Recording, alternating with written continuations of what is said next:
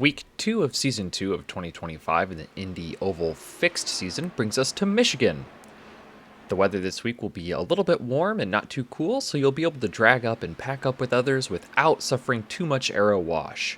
This place is flat out and 4 wide, so get ready for some fun in the Irish Hills of Michigan. You should see some really big strength of fields this week, so get ready to score a lot of points for the championship.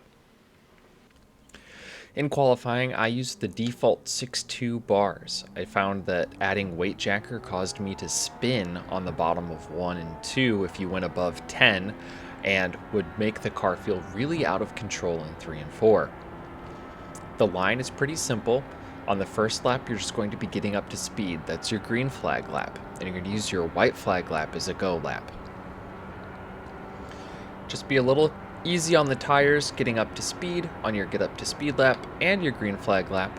And on your green flag lap, you'll want to run as close to the wall as you can to carry as much speed as possible through each straightaway on your white flag lap.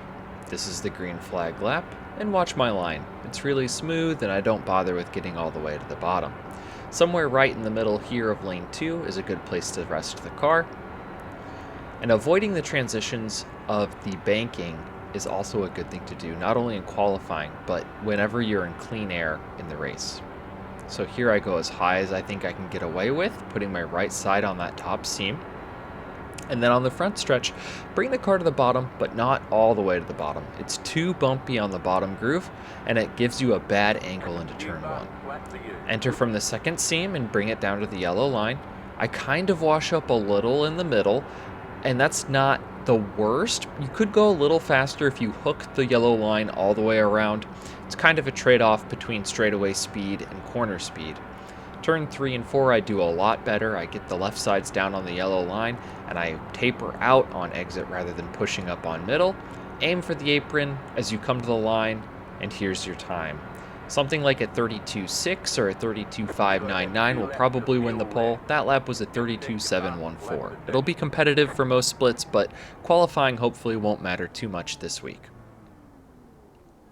In the race itself, you'll see a lot of cars in front of you jockeying for position.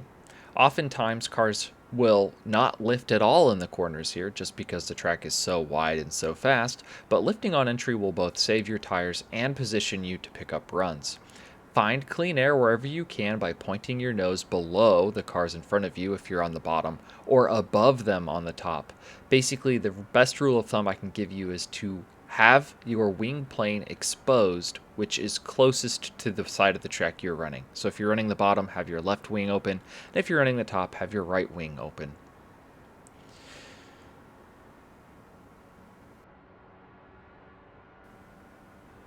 The top side is very usable this week. If somebody enters in the middle, just send it on the outside, stick the throttle down, and rip around and use that momentum to catch up to the next car in front of you in the pack.